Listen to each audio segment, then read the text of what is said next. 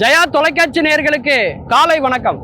காலைமலர் நிகழ்ச்சியில தெரிந்ததும் தெரியாதுங்கிற நம்முடைய பகுதியில நாள்தோறும் பல புதிய தகவல்களை தெரிஞ்சிட்டு இருக்கோம். அந்த வகையில நாம பார்க்க போறது புது ஈடு. அறுவடை திருநாள்னா எல்லாருக்கும் தெரியும், பொங்கல் அப்படின்னு எல்லாருக்கும் தெரியும். ஆனா ராஜராஜ சோழன் காலத்துல கல்வெட்டுல இதற்கு என்ன பெயர் அப்படின்னா புது ஈடு அப்படின்னு பெயர். ஏன்னா தமிழர்களுடைய பாரம்பரியமே பார்த்தீங்கன்னா உழவு தொழில் தாங்க பிரதான தொழிலா இருந்தது. சூரியனுக்கும் மாடுகளுக்கும் நன்றி சொல்லக்கூடிய விழாவாகத்தான் அன்னைக்கு அறுவடை திருநாள் இருந்தது. அந்த அறுவடை திருநாள் தான் பிற்காலத்துல பொங்கல் அப்படின்னு மாறுது. அந்த அறுவடை திருநாளுக்கு முன்னாடி இருந்த பெயர் தான் புது ஈடு அப்படின்னு அதுக்கு பெயர். மனதுல மண்டி கிடக்கக்கூடிய எண்ணங்களும் வீட்டுல மண்டி கிடக்கக்கூடிய பழைய பொருட்களையும் எரிக்கணும் அப்படின்னு நினைச்சாங்க. அதுக்காக உருவாக்கப்பட்டது தான் போகி பண்டிகை. போகினாலே உற்சாகம், மனதிற்கு மகிழ்ச்சி வரணும் அப்படின்னா உற்சாகம் வரணும்னா மழை தான். மழையில நினைஞ்சாதான் உற்சாகம் வரும். அதனால மழைக்கு நன்றி சொல்லணும் அப்படின்னு நினைச்சாங்க, நீருக்கு நன்றி சொல்லணும்னு நினைச்சாங்க. அதனாலதான் உழவு செய்கிற மாடுகளுக்கும் சூரியனுக்கும் நன்றி செலுத்துறதுக்கு முன்னாடி முதல்ல மழை நீருக்கு நன்றி சொல்லணும் அப்படிங்கிறதுக்காக தான் அந்த போகிங்கிற ஒன்றை நம்ம கொண்டாட ஆரம்பிச்சோம். அன்னைக்கு பாத்தீங்கன்னா மாடுகள் இருந்த இடத்துல இன்னைக்கு டிராக்டர் வந்துட்டு விளைநிலங்கள் எல்லாம் இன்னைக்கு வீட்டு மனை பட்டாக்களா மாறிட்டு அன்றைக்கு இருந்த மாதிரி விவசாயம் இன்னைக்கு இல்லை அப்படின்னு நிறைய பேர் குறைபட்டாலும் கூட அந்த அளவுக்கு நம்முடைய பாரம்பரியம் இன்றைக்கும் செழித்திருப்பதற்கு காரணம் என்ன அப்படின்னா கிராமங்கள். அதிலும் குறிப்பா அந்த காலத்துல எல்லாம் பாத்தீங்கன்னா மாநிலம்னு நம்ம சொல்றோம் இல்லையா. இந்த மாநிலம்னு என்ன அர்த்தம்னா 100 குழின்னு அர்த்தம். 1.5 மாநிலம் அப்படின்னா 150 குழின்னு அர்த்தம்.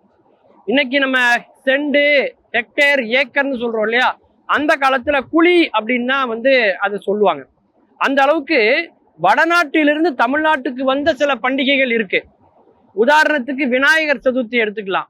அந்த விநாயகர் சதுர்த்தியை கொண்டாடுகிற அளவுக்கு நாம தைப்பூசத்தையும் கொண்டாடுகிறவர்களாக இருக்கணும். அதே நேரத்துல வடநாட்டிலிருந்து தமிழ்நாட்டுக்கு வந்த பண்டிகை தான் தீபாவளி. அந்த தீபாவளியை போல நம்ம ஆடி பெருக்கையும் கொண்டாடணும். ஆடி பெருக்குனா என்னன்னு எத்தனை பேருக்கு தெரியும் தெரியல. அது ஏன் ஏற்படுத்தப்பட்டதுங்கிறது நிறைய பேருக்கு தெரியல. அந்த மாதிரி அறுவடை திருநாள் என்பது ஒரு காலத்துல பொங்கல், அதற்கு முன்பு புதுஈடு நாள் என்று இருந்தது அந்த பண்டிகை எல்லாம். அப்படி நம்முடைய சிலப்பதிகாரத்துல கூட பாத்தீங்கன்னாக்கா இந்திர விழா என்ற விழாவை குறிப்பிடுகிறார்கள். அந்த இந்திர விழாவை எப்படி கொண்டாடினாங்க, ஏன் கொண்டாடினாங்க, இந்த மாதிரியான பாரம்பரியத்தை எல்லாம் நம்ம மீட்டெடுக்கணும் அப்படிங்கிறது தான் இன்றைய தலைமுறையினுடைய குரலா இருக்கு. அதுக்கு முக்கியமானது எதுன்னு பாத்தீங்கன்னாக்கா இந்த மகர சங்கராந்தி அப்படின்னு சொல்றாங்க. ஒரு காலத்துல பாத்தீங்கன்னா இது அறுவடை திருநாளாக தான் இருந்திருக்கு. அதற்காக தான் பார்த்தீங்கன்னா இன்னைக்கு ஆந்திரம், கர்நாடகா, கோவா என்ற எல்லா மாநிலங்கள்லையும் பார்த்தீங்கன்னா அந்த அறுவடையை அவர்கள் கொண்டாடுகிறார்கள். அறுவடை திருநாள் தான் பிற்காலத்தில் பொங்கல் பண்டிகை அப்படின்னு அது மாறுது.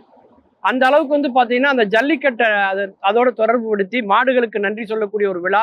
அதுவும் பார்த்தீங்கன்னா இளம் வயதில் பார்த்தீங்கன்னா எல்லாருமே கபடி விளையாடுவாங்க. ஒருத்தரை தொட்டுட்டாலே அவர் அவுட்டு அப்படின்னு அர்த்தம். அந்த கபடியினுடைய ஹையர் வெர்ஷன் தான் பார்த்தீங்கன்னா ஏறு தழுவுதல் அப்படின்னு அவங்க வச்சாங்க. அந்த ஏறு தழுவுதல், காளை மாட்டை அடக்குவது அப்படிங்கிறத வச்சாங்க. ஏன்னா வளமையான புற்கள் எல்லாம் அங்கே நிறைய முளைத்திருக்கும். அதை உண்டு கொளுத்த மாடுகள் சிங்கத்தை விட வலிமையா இருக்கும். இந்த மாடுகள் தான் அன்னைக்கு ஒரு பெரிய செல்வமாக இருந்தது. அதனால அந்த மாடுகளுக்கு நன்றி சொல்லணும் அப்படிங்கிறதுக்காகத்தான் அதை வச்சாங்க. அதுலயும் பார்த்தீங்கன்னா அந்த வயல்ல உழும்போது அந்த மாடுகளினுடைய அந்த வால் இருக்கு இல்லையா, அந்த வால்ல ஒரு நுனி கயிறோடு அதை கெட்டுவாங்க. ஏன்னா அது உழுதுட்டு இருக்கும் போது அது வாழை அங்கிட்டு இங்கிட்டு ஆட்டும். அப்படி ஆட்டும் போது அந்த சேறு சகதி அந்த உழவன் மீது பற்றக்கூடாது அப்படிங்கிறதுக்காக அதை பண்ணுவாங்க. அந்த உழவை செய்வதே என்பது மிக நுட்பமான ஒன்று. இன்னைக்கு ரசாயன விதைகள், ரசாயன உரங்கள் ஆனா அன்னைக்கு இயற்கையான முறையில தான் எல்லா பயிர்களுமே அன்னைக்கு நடந்தது. உழவு திருநாளும் இயற்கையாத்தான் நடந்துட்டு இருந்தது அந்த காலத்துல.